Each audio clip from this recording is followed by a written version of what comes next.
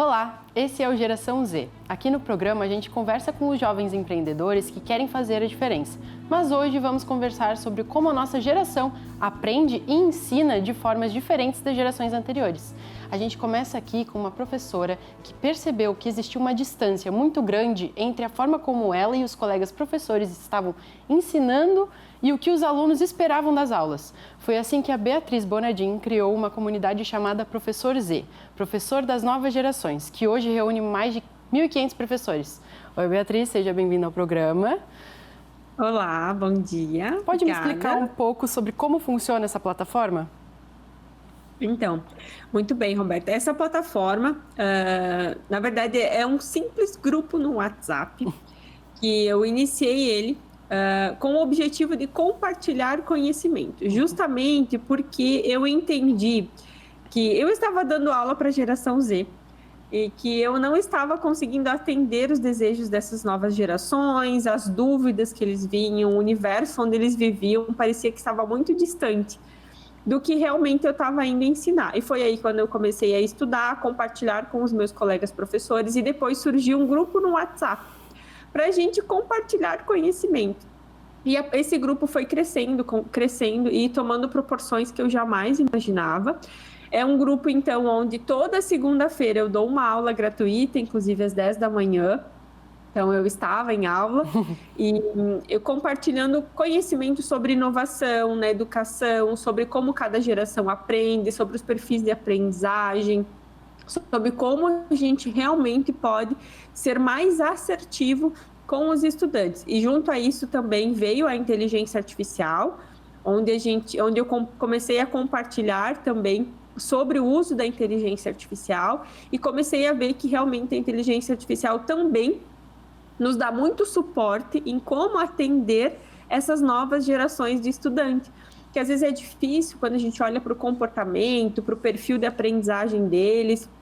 Como eu, professor, que nunca foi treinado para dar aula para esse perfil, posso atender essa geração. E a inteligência artificial nos facilita muito nesse processo, porque você vai dar um comando, você vai colocar algumas estratégias, características da sua aula e ele vai te ajudar com métodos e metodologias que atendam as novas gerações.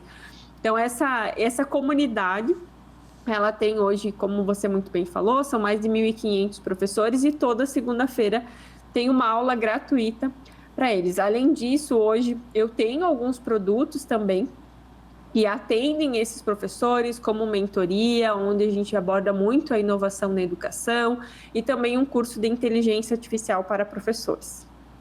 E como os empreendedores dessa geração podem aprender mais sobre empreendedorismo, você diria? Os empreendedores voltados para a geração Z, eu imagino, né? Então, quando a gente está falando de empresas, né, dentro de uma empresa, a gente sempre vai ter intergerações. Porque a gente vai ter aquele profissional que já está lá com 50 anos, que é um profissional geração X. Nós vamos ter um profissional que aí está chegando, que é o geração Z. Então, dentro da empresa, eu acho que sempre a gente entender que gerações diferentes são diferentes. Cada uma viveu num período diferente, passou por transformações diferentes e cada uma tem algo a contribuir dentro das suas empresas. O que eu vejo muito isso hoje na geração Z, em especial, que é uma geração, inclusive, que recebe muitas críticas, e eu brinco que eu sou uma defensora da geração Z, que é uma geração extremamente produtiva, criativa, né, que tem muitas ideias e eles querem empreender. Tanto que a gente está vivenciando hoje a geração Z como uma geração mais empreendedora, né? Que ele vê muito o empreender, né?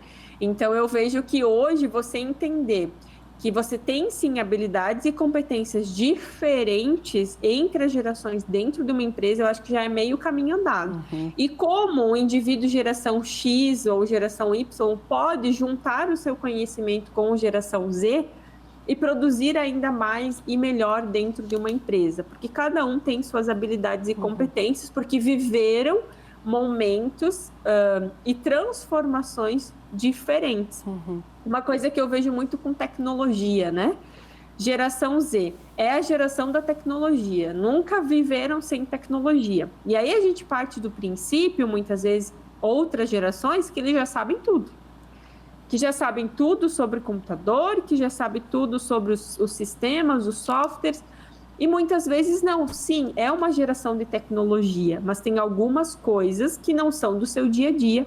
E aqui eu cito o pacote Office, porque a geração Z é uma geração que curte muito Canva, por exemplo, porque é extremamente dinâmico, criativo, colorido, e o pacote Office ele é muito estático, sem muitas cores, né? E aí parte-se daquele princípio que a geração Z já sabe tudo sobre tecnologia, porque nasceram, mas não, eles também precisam passar por processos de ensino e aprendizagem. Então aqui a gente já vê uma diferença bem importante. Já a geração X, geração Y, teve que aprender a mexer no pacote Office porque era só o que tinha. Não tinham outras ferramentas. Hoje tem milhares. E a geração Z é uma que é muito... Ela quer mexer, ela quer conhecer quando ela tem liberdade para isso. E eu acho que a criatividade da geração Z e essa exposição da informação que eles têm tem muito a contribuir com as empresas. Desde que a empresa também olhe como ele pode vir para dentro da minha empresa e contribuir, sem evitar os julgamentos, né? Que hoje a geração Z não adianta, é o maior mercado de trabalho, né? Ele é o maior grupo que está entrando no mercado de trabalho. Sim. Então as empresas vão ter que olhar para eles e como a gente pode trazer para perto, já que é uma geração que tem muito acesso à informação, isso leva a ser eles muito inovadores, né? E embora tenha um outro ponto bem importante aqui, que quando a gente fala da geração Z, eu vejo nos meus estudantes também, que muitas vezes a geração Z não entendeu o quanto eles podem utilizar a internet como uma grande base de aprendizagem. E acabam gastando muito tempo com coisas que são fúteis, né? E que não vai levar ele a aprender algo novo. Então, quando a geração Z também se der conta de qual é o poder da internet para ele aprender e se destacar, eu acho que isso também vai ser um grande diferencial para a própria geração Z. De que forma você diria que a geração Z capta mais conhecimento? Visual, com certeza. Visual. Então, tudo que for visualmente bonito chama mais atenção para a geração Z. Por isso que a geração Z gosta do Canva, por isso que o TikTok explodiu, por isso que o Instagram também se destacou muito, porque é o visual. Para a geração Z, o processo de aprendizagem deles é visual. É por isso que, por exemplo, a gamificação, os jogos de aprendizagem também funcionam muito bem com a geração Z. E essas ferramentas que vão sendo introduzidas pela geração Z, que a gente tem mais facilidade de acessar, ou mesmo que a gente inventou, você sente que elas podem ajudar outras gerações também a se informar e a aprender mais? Sem dúvidas, com certeza. Até porque a gente está falando de uma geração que realmente está criando muita coisa, que está inovando muito. E eu acho que quando a geração Z também olha para como pode ajudar o outro, né, as outras gerações, isso é muito importante. Eu acho que todo mundo tem a aprender com todo mundo, né? E eu acho que a geração Z está vindo desafiar um pouco também, no bom sentido, de trazer muito essa coisa, vamos fazer diferente, se não tá bom, muda rápido, não espera ficar muito ruim. A geração é muito assim, né? Se não tá bom agora, vamos mudar rápido. E às vezes isso gera um pouco de dificuldade para as empresas, entender? Não, vamos testar. Não, eles são muito do vamos mudar, vamos fazer diferente. Se não tá bom, muda, troca. Isso tem uma relação também com muitas vezes eles mudarem muito de trabalho, né? Porque se eles não estão satisfeitos, eles vão mudar. E uma coisa bem importante aqui, que quando a gente fala de geração Z, a gente não pode esquecer que eles foram criados pela geração X ou Baby Boomer. Então, eles são um reflexo das experiências que os seus pais tiveram no mercado de trabalho. Então, hoje, o comportamento deles é reflexo do que eles aprenderam com seus pais. Sim. Mas eu acho que sim, tem muito a aprender.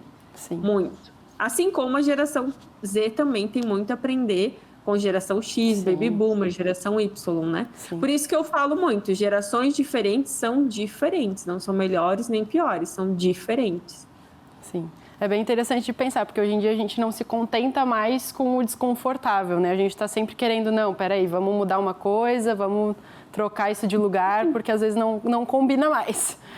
E não fica esperando. Isso é muito legal da geração Z. Ele não fica esperando, vamos testar mais um pouco, vai mais um... Não! Se não tá bom, se tá desconfortável, troca. Eles são muito mais abertos para isso, né? Eles têm menos medo, parece, de avançar, de fazer acontecer. Uma das coisas que eu acho muito bacana da geração Z também da questão do feedback, né? Quando eles recebem feedback, normalmente eles não levam para o lado pessoal. Ok, eu entendi, então vamos fazer. Né? Então, isso é uma coisa muito positiva da geração Z, e realmente de se desafiar. Muito obrigada, Beatriz, pela sua presença, pelos seus depoimentos, né? Eu desejo todo sucesso na sua plataforma e que alcance cada vez mais professores, cada vez mais estudantes para aprenderem com você também. Muito obrigada, Roberta. Até uma próxima. Até uma próxima. Tchau, tchau. No próximo bloco, a gente vai conhecer uma iniciativa do Sebrae em parceria com o Instituto Ideias de Futuro para incentivar a educação empreendedora nos jovens estudantes. Será que a sua escola ou a sua turma pode participar? Fica aqui com a gente que eu te conto depois do intervalo.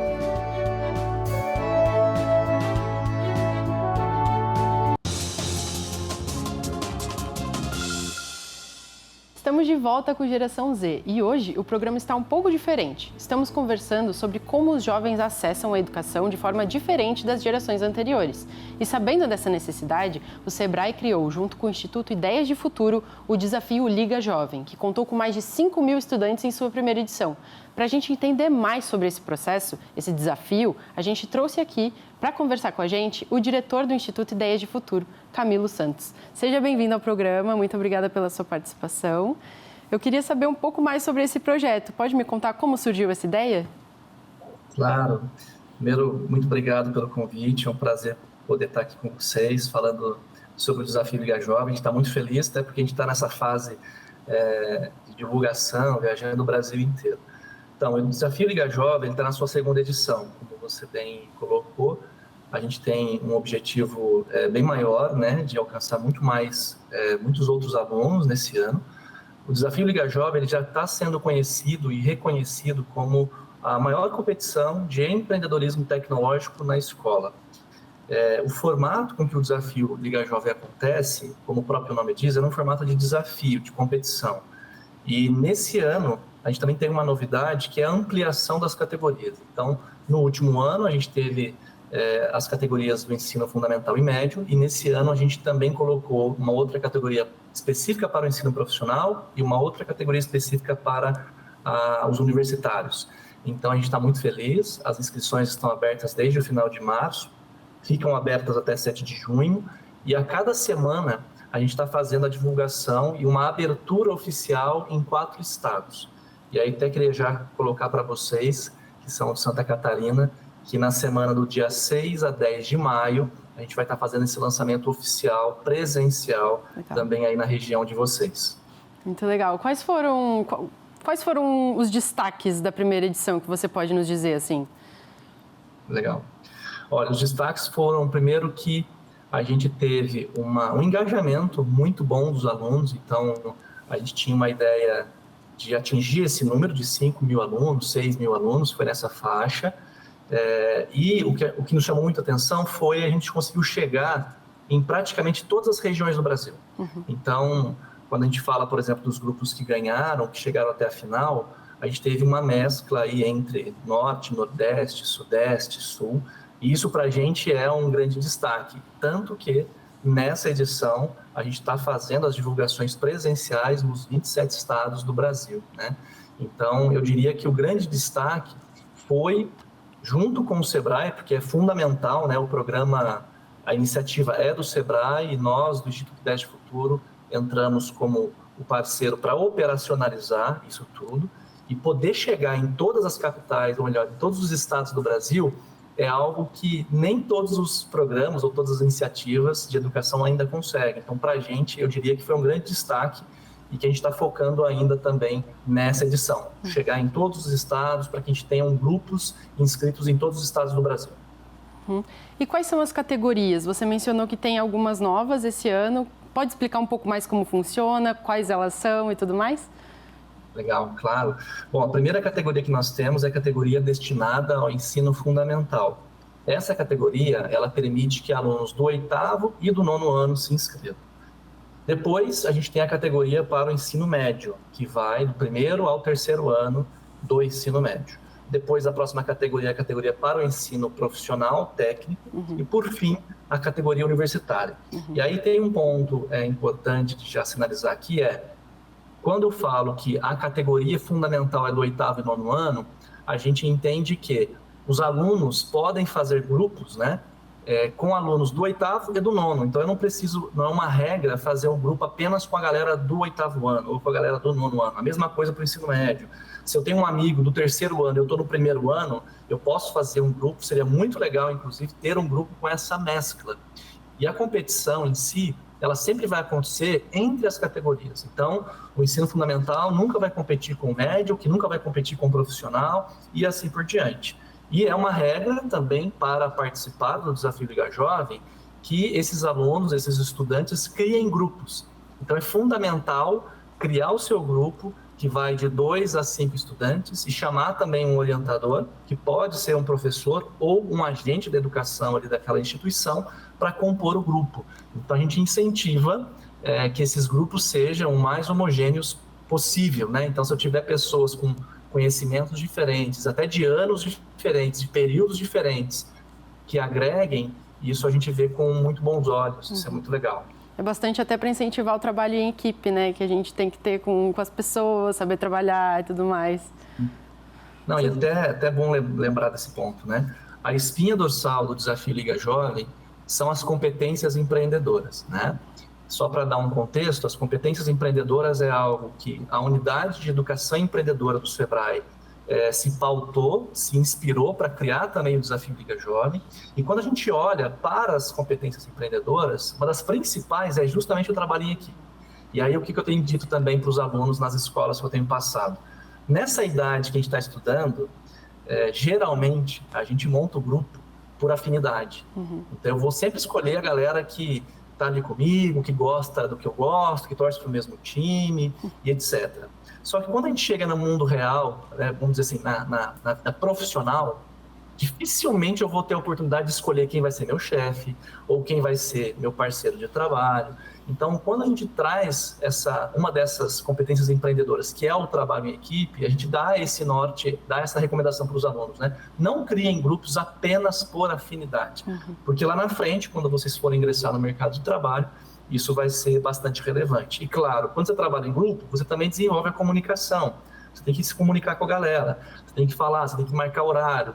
Então, você acaba também trabalhando a competência de compromisso, de estar regrado ali no horário, da própria comunicação. Aí, um outro ponto-chave também no Desafio Liga Jovem é que esses alunos, para participar, eles precisam criar uma iniciativa, um projeto de inovação que resolva um problema real da comunidade onde eles vivem. Legal. Então, eles vão precisar trocar figurinha com os amigos, né? Eles vão precisar olhar para dentro, eles vão precisar juntos entender o que está rolando ali na realidade deles, o que está rolando no bairro, o que está rolando na escola, que eu posso, junto com o meu grupo, colocar algo, acrescentar algo que transforme, né? Então, a gente quer, junto com o Sebrae, e a gente olha para esses jovens estudantes como agentes de transformação. É isso que a gente quer, né? É isso que a gente quer incentivar. E você sente que os jovens hoje eles estão interessados no empreendedorismo? Você sente que é algo presente na geração Z em si? Muito boa pergunta.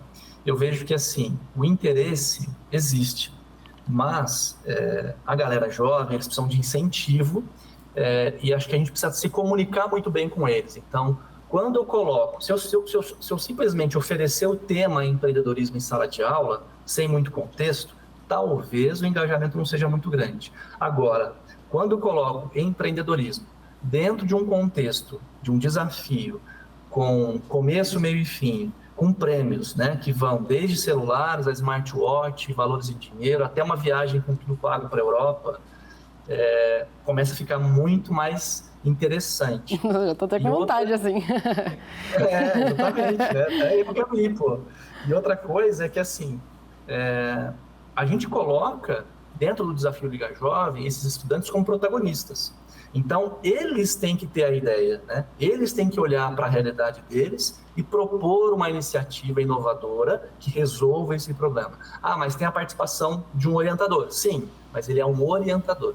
Ele não vai ser o protagonista. Então, eu vejo que quando você coloca essa geração como protagonista, tendo ali digamos assim, uma comunicação clara, e aí o desafio acho que incentiva muito, porque todo mundo é movido de certa forma à competição, ao desafio, né, a etapas, a ter que passar, etc.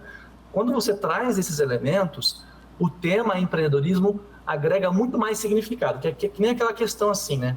Eu, quando estudava, me perguntava assim nas aulas de matemática, aonde que eu vou usar a fórmula de Bhaskara? Sabe? Como que eu vou aplicar isso no meu dia a dia? A gente sempre se fala. Hoje a gente até sabe que tem uma aplicabilidade.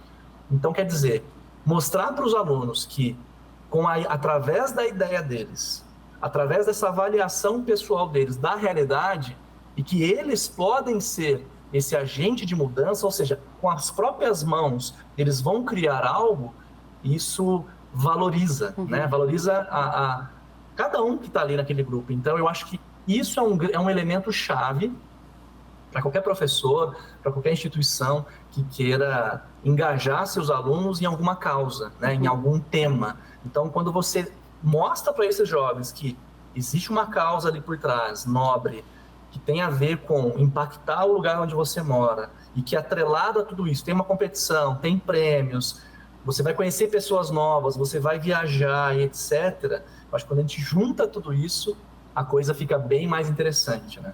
Pois é, eu com certeza fiquei muito interessada. Eu queria saber, até acho que o pessoal de casa também, eu queria saber como que a gente se inscreve, né? Por onde, de que maneira? Pode falar um pouquinho?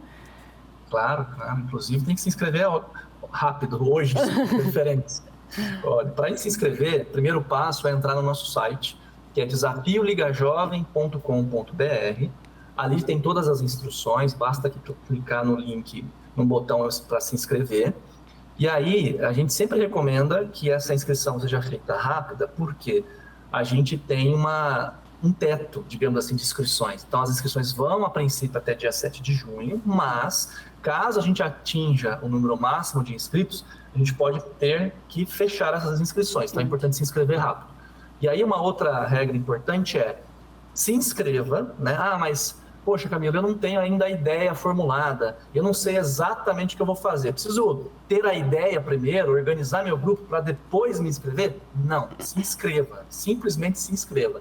Depois que você se inscrever, chama a galera, articula com seus amigos da escola, da instituição onde você está, né? Então, monta o seu grupo.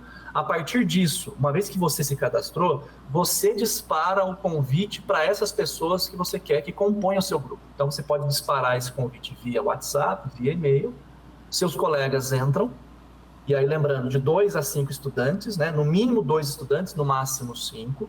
Feito isso, galera, vamos chamar um professor parceiro, aquele professor top, sabe? Aquela professora engajada, toda conectada, vamos chamar ela para nos ajudar aqui, para ser a nossa orientadora? Ou, não é uma professora, mas é aquela pessoa que está trabalhando na escola, sei lá, no laboratório de informática, está super antenada em tudo, e vamos chamar ela para ser nosso orientador? Então, esse é um passo importante, né? Se inscrever, criar o seu grupo e chamar o orientador. Só depois que você fez essas 3 etapas, que é se inscrever, chamar outras pessoas para se inscrever e também o orientador, é que você fecha esse primeiro ciclo. E aí você pode dizer, poxa, agora eu estou dentro. E aí, claro, pode surgir aquela dúvida, tá? Mas porque essa geração jovem também é ansiosa, né? Quer saber de tudo. Então, quer dizer, depois que você se inscreve, a gente vai rodar algumas tarefas bem interessantes. Então, a primeira delas que a gente vai rodar já nas próximas semanas, a gente chama de um esquenta, é o esquenta nas redes. O que vai ser isso? Nós vamos estimular os grupos de estudantes a criar um perfil nas redes sociais com o nome do grupo, e a partir disso eles vão ter algumas missões para cumprir. A partir do cumprimento dessas missões, os grupos mais engajados, que tiverem mais curtidas, mais seguidores e etc., vão ganhar prêmios também. Esses prêmios não vão só para alunos, mas os prêmios também vão para o orientador. Depois a gente tem uma outra premiação para top professores, ou seja, professores que têm mais grupos ligados a ele. Lembrando, O professor orientador ou orientador, ele pode ter quantos grupos ele quiser abaixo dele enquanto orientador. Além disso, também vai ter premiação para top escolas. Então, as escolas que estiverem mais engajadas, com mais eventos, com mais grupos, também ganham. E aí, um ponto bem legal de dividir com você, Roberto, é o seguinte, e é um segredinho que eu vou contar para vocês aqui. Aqueles que se inscreverem para participar desse Esquenta nas Redes, todos esses alunos, estudantes, vão ganhar um curso, vão ganhar uma aula exclusiva com o time da Meta, aqui de São Paulo, ou seja, vai ter uma aula especialmente para eles, para essa galera toda, para falar como articular as minhas ideias, o meu grupo, dentro do Facebook e do Instagram, com esse olhar de business, ou seja, com esse olhar de negócio. Então vai ser uma aula fantástica, que vai ser ministrada para os estudantes, para os grupos que se inscreverem nessa etapa de esquenta. Tá? Depois dessa etapa, só para concluir essa parte, a gente vai ter um evento que a gente chama de Virada Empreendedora, que vai ser ali no início de junho. Essa Virada Empreendedora, é importantíssimo falar dela, porque vai ser uma imersão, vai de sexta à noite até domingo à tarde, onde a gente vai trazer os maiores especialistas do Brasil dos temas de inovação, de ideação, de prototipação, para falar como fazer um pitch, como gravar um video pitch, como tangibilizar a sua ideia. Então, isso é muito legal de dizer aqui para vocês, porque qualquer aluno, qualquer escola, qualquer professor que estiver vendo a gente, estiver assistindo a gente, pensa assim, poxa, eu queria muito participar desse desafio aí que a galera está falando, só que eu nunca interagi com empreendedorismo, ou eu nunca interagi com inovação. Sei lá, eu sou um professor de direito, ou eu sou um professor de português, né? Será que eu posso participar? E aí eu queria dizer que sim, pode e deve participar, porque através dessa virada empreendedora que a gente vai justamente dar repertório, né? Gerar uma série de conteúdos para que todo mundo, seja da área, já tenha visto os temas ou não, possam participar do Desafio Liga Jovem, que está na sua segunda edição. Então é uma dica de ouro aí para todo mundo que está acompanhando a gente. Nossa, muito legal. Esse ano está cheio de novidades. Eu agradeço muito a sua participação e as explicações que você deu e desejo todo o sucesso para que seja igualmente grande como foi a primeira edição. Muito obrigada mesmo, Camilo. Muito obrigado a vocês. Um abraço. Um abraço. Então, lembrando, você pode se inscrever no site www.desafioligajovem.com.br. As inscrições são gratuitas e o prazo é até 7 de junho. Mas tem atividades que já estão acontecendo antes, então não perde tempo. Junta aí a sua turma e faz a inscrição. O Geração Z de hoje vai ficando por aqui e até o nosso próximo encontro. Tchau, tchau!